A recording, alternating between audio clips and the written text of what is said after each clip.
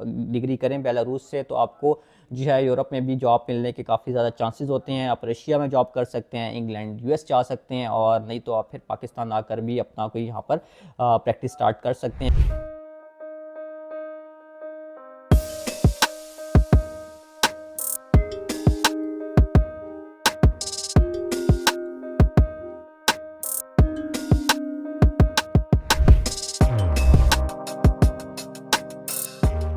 बिस्मिल्लाहिर्रहमानिर्रहीम, अस्सलाम वालेकुम, welcome back to another video. और उम्मीद करता हूँ कि सब ठीक ठाक होंगे। और आज एक न्यू कंट्री का एडिशन हो रहा है। रियलिटी 21 कंसल्टेंट के पास आप लोगों के लिए एक नया ऑप्शन लेकर आ रहे हैं। कंट्री का नाम है बेलारूस। फिलहाल जो हम ये वीडियो बना रहे हैं सिर्फ और सिर्फ एक यूनिवर्सिटी के बारे में बना रहे हैं, जो कि गोमल स्टेट मेडिकल यूनिवर्सिटी है।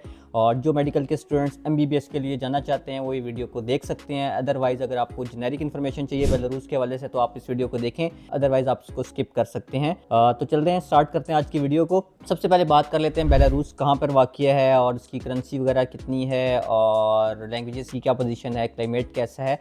देन फर्दर इसका वीज़ा प्रोसेस और एप्लीकेशन प्रोसेस वगैरह को डिस्कस कर लेंगे। बैंक स्टेटमेंट और एम्बेसी की जो रिक्वायरमेंट्स हैं वो भी इस वीडियो में आपको देखने को मिलेंगी। तो वीडियो को एंड तक देखिएगा। और अगर अभी चैनल पर आप नए हैं या अभी चैनल पे पहले से आप वीडियोस देखते हैं, चैनल को सब्सक्राइब नहीं किया हो तो चैनल को सब्सक्राइब कर दें और वीडियोस को लाइक कर दिया करें। तो बेलारूस की बात अगर मैं बात करूं, अगर ज्योग्राफी के तौर पे बात करूं तो बेलारूस जो है ना बेसिकली एक यूरोपियन कंट्री है और एक लैंडलॉक कंट्री है। लैंडलॉक कंट्रीज़ वो होते हैं जहां पर जिनके पास कोई समंदर वगैरह नहीं होता, उनको हम लैंडलॉक कंट्रीज़ कहते हैं। और ये रशिया के ईस्ट में है। और जो और इसकी नेबरिंग कंट्रीज़ हैं उसमें यूक्रेन है, इसके अलावा पोलैंड है, लिथुआनिया है और लैटविया मिल जाता है आपको देखने में, जो सराउंडिंग्स में कंट्रीज़ हैं। ठीक है, कैपिटल इसका मिन्स्क है। और लैंग्वेजेस जो यहाँ पे बोली जाती है, जब ऑफिशियली लैंग्वेज अगर मैं बात करूँ तो बेलारूसियन तो बोली जाती ही जाती है। इसके अलावा यहाँ पर रशियन को भी ऑफिशियल लैंग्वेज का स्टेटस हासिल है। अगर मैं क्लाइमेट की बात करूँ बेलारूस के तो बड़ा ही जो है कॉन्टिनेंटल टाइप का वेदर होता है। सर्दियों में सख्त सर्दी देखने को मिलती है और समर यहाँ पे काफ़ी माइल्ड होते हैं। पॉपुलेशन इसकी अराउंड 9.4 मिलियन है एज़ पर 2023 रिपोर्ट। और मेजर जो एथनिक ग्रुप है इसमें आपको मेजॉरिटी जो पॉपुलेशन है वो आपको बेलारूसियन की देखने की मिलेगी। बेलारूस के जो है नेटिव लोग हैं वो रहते हैं। इसके अलावा आपको पॉलिश और रशियन भी यहाँ पर देखने को मिलते हैं। अगर मैं कल्चर की बात करूँ तो it's a blend of Russian and European culture. यहाँ पर पोलैंड का भी काफ़ी असर व रसूख रहा है और रशिया के साथ इसका बॉर्डर टच होता है, तो इसका एक जो है ना बड़ा ही ब्लेंड कल्चर है। अगर मैं बेलारूस की बात करूँ, करेंसी जो है मोस्टली स्टूडेंट्स को होता है, पाकिस्तानी स्टूडेंट्स को होता है, हमें करेंसी का बताएंगे क्या अगर पैसे कितने कमाए जाएंगे। सारी लाइफ आपने कमाना ही है स्टडी के बाद। तो मैं तो ये सजेस्ट कर रहा होता हूँ कि जितना ऑफिशियली वर्क अलाउ होता है कोशिश करें कि उसको अपना कंप्लीट करें, साथ साथ अपनी स्टडी पे फोकस रखें ताकि अच्छे मार्क्स के साथ आप डिग्री कर सकें और फ्यूचर में जो है आप पोस्ट ग्रेजुएट जॉब्स कर सकें। तो करेंसी की मैं बात करूँ तो इसकी जो करेंसी है उसको बेलारूसियन रूबल कहते हैं, जो कि पाकिस्तान के अगर मैं बात करूँ अगर इसको कन्वर्ट करें तो 85 रुपीज़ के इक्वल बनती है। और जो अगर अब मैं इसकी स्टडी के हवाले से बात करूं तो ये स्टडी इसमें आपको देखने को मिलता है रशियन फ्रेमवर्क का जो एजुकेशन का वो आपको देखने को मिलता है। इसके साथ साथ यूरोपियन देखने को मिलता है। ये शेंजन कंट्री नहीं है और ये यूरोपीय यूनियन का पार्ट भी फ़िलहाल नहीं है। अभी तक इसको कोई भी स्टेटस हासिल नहीं हुआ, मीन्स को एग्रीमेंट नहीं मिला हुआ EU की तरफ से भी। तो जो इसमें आपको कोर्सेज़ अगर आप करना चाहें, जो डिग्रीज़ आप यहाँ पे पढ़ना चाहें, उसमें आपको सबसे पहले तो MBBS की डिग्री मिल जाती है, इंजीनियरिंग की डिग्री मिल जाती है, IT एंड कंप्यूटर साइंस की डिग्रीज़ हैं, फार्मेसी की है, डेंटिस्ट्री की है और इकोनॉमिक्स की डिग्री भी यहाँ पर देखने को मिलती है। अगर मैं टॉप यूनिवर्सिटीज़ की बात करूँ बेलारूस में, जो टॉप यूनिवर्सिटीज़ हैं उनमें सबसे पहले बेलारूसियन स्टेट यूनिवर्सिटी है, देन गोमल स्टेट यूनिवर्सिटी है जिसमें हम MBBS के बारे में भी डिस्कस करेंगे, उसका क्राइटेरिया डिस्कस करेंगे, कौन से स्टूडेंट्स एलिजिबल हैं वो बताएंगे। इसके अलावा मिन्स्क लिंग्विस्टिक यूनिवर्सिटी है यहाँ पर, और इसके अलावा बेलारूसियन NTU मतलब नेशनल टेक्निकल यूनिवर्सिटी यहाँ पर है। तो अब बात करते हैं गोमल स्टेट मेडिकल यूनिवर्सिटी की। इसकी अगर मैं रैंकिंग की बात करूं तो ये बेलारूस में 13th नंबर पर आती है। काफ़ी अच्छी रैंकिंग की एक यूनिवर्सिटी है। 1990 में जो है ये जो है बनी थी और 2000 के करीब से इसने इंटरनेशनल स्टूडेंट्स को इनवाइट करना स्टार्ट कर दिया था। अराउंड 25 ईयर्स हो चुके हैं ये इंटरनेशनल स्टूडेंट्स को बेलारूस में मेडिकल के एजुकेशन के लिए आपको इनवाइट करते हैं और स्टूडेंट्स जाकर वहाँ पर अपनी डिग्री वगैरह करते हैं। और ये एक बड़ी यूनिवर्सिटीज़ में शुमार होती है, एक प्रेस्टिजियस इंस्टीट्यूट है। और अगर मैं बात करूँ तो MBBS के लिए ये बेस्ट यूनिवर्सिटी है। और MBBS की बात हो और पाकिस्तान में PMDC की बात ना हो तो ये हो नहीं सकता। PMDC रिकॉग्नाइज्ड यूनिवर्सिटी है, WHO से रिकॉग्नाइज यूनिवर्सिटी है, तो आप लोगों को कल की भी कोई टेंशन नहीं होने वाली कि भाई अगर हम पढ़ के पाकिस्तान भी आ गए तो जॉब मिलेगी या नहीं मिलेगी, डिग्री एक्सेप्ट की जाएगी पाकिस्तान में या नहीं की जाएगी। आप जाकर जो है PMDC की जो अप्रूव लिस्ट है उसमें देख सकते हैं। गुमल स्टेट यूनिवर्सिटी से जो आप MD करके आते हैं, मींस MBBS, वहाँ पर MD कहलाया जाता है, वो आप यहाँ पर आकर उसकी डिग्री को इसकी वैल्यू है और वो रिकॉग्नाइज डिग्री है।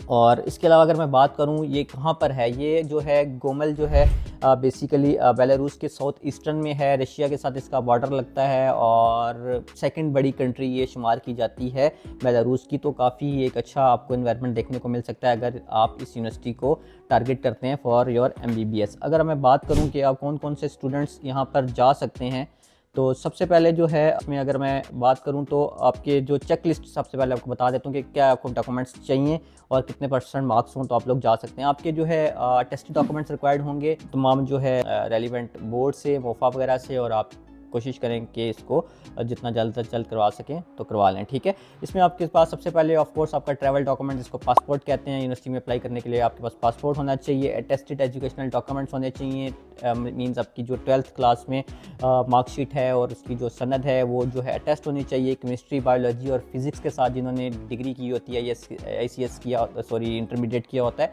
वो इस प्रोग्राम के लिए एलिजिबल हैं। और MBBS या MD जो यहाँ पर है वो 5+1 ईयर का है, लाइक जॉर्जिया। और आपकी जो है एकेडमिक ट्रांसक्रिप्ट चाहिए अगर आप लोगों ने यहाँ से ट्रांसफ़र लेना है या किसी और भी कंट्री से ट्रांसफ़र लेना है गोमल स्टेट मेडिकल यूनिवर्सिटी में, तो वो भी पॉसिबल है।